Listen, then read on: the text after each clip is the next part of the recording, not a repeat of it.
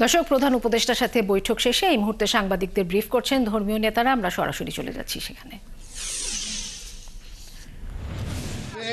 আমি বেশি বলবো না, মূল কথাটা বলবো যে আমরা সবাই একমত হয়েছি। গতকাল আমাদের রাজনৈতিক দলগুলো এসে যে কথা বলে গেছে তার সঙ্গে আমরা একাত্মতা প্রকাশ করেছি যে এই মুহূর্তে আমাদের বাংলাদেশ একটা কঠিন সময়, আমরা একটা স্পর্শকাতর অবস্থার মধ্যে আছি। তাহলে আমাদের ঐক্যবদ্ধ থাকতে হবে, এগুলো আমাদের প্রধান কথা, আমাদের ঐক্যবদ্ধ থাকতে হবে। আরেকটা বিষয়, আমাদের হিন্দু ভাই বোনদের তাদের মনে এই ঘটনার পরিপ্রেক্ষিতে ইসকনের ব্যাপারে তাদের মনে একটা ক্ষত, তাদের মনে একটা ক্ষোভ, তাদের মনে একটা কষ্ট। তাহলে আমরা প্রধান উপদেষ্টাকে বলেছি যে আমাদের এই ক্ষোভটাকে নিরসন করতে হবে, নিরাময় করতে হবে, এই ক্ষতটাকে নিরাময় করতে হবে। আমরা বলে এসেছি আমাদের যাদের মনে এই ঘটনার পরিপ্রেক্ষিতে যারা কষ্টে আছে, ক্ষোভে আছে, তাদের অনেকেই কিন্তু আজকে আসে নাই, তাদেরকে নিয়ে যেন প্রধান উপদেষ্টা তাদেরকে নিয়ে বসে।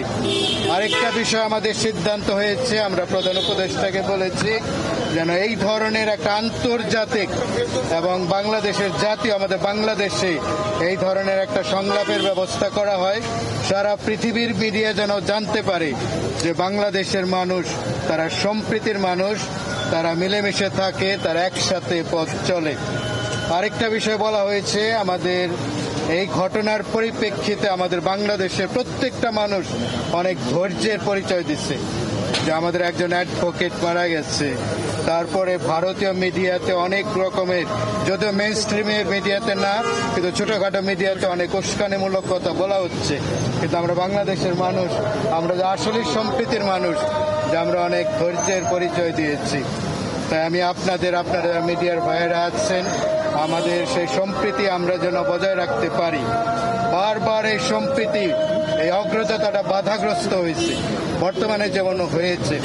এবং আমাদের মধ্যে একজন জোরালোভাবে বলেছে, যেটা আপনারা শুনতে আগ্রহী, যে আমাদের যে ভাই, ইসকনের যে ভাই যাকে আটক করা হয়েছে, আইনগতভাবে যেন তার জামিনের বিষয়টা বিবেচনা করা হয়। যদি আইনে পথ খোলা থাকে, তার জামিনের বিষয়টা যেন চিন্তা করা হয়, কারণ জামিন পাওয়া এটা আমাদের অধিকার। সবাইকে ধন্যবাদ।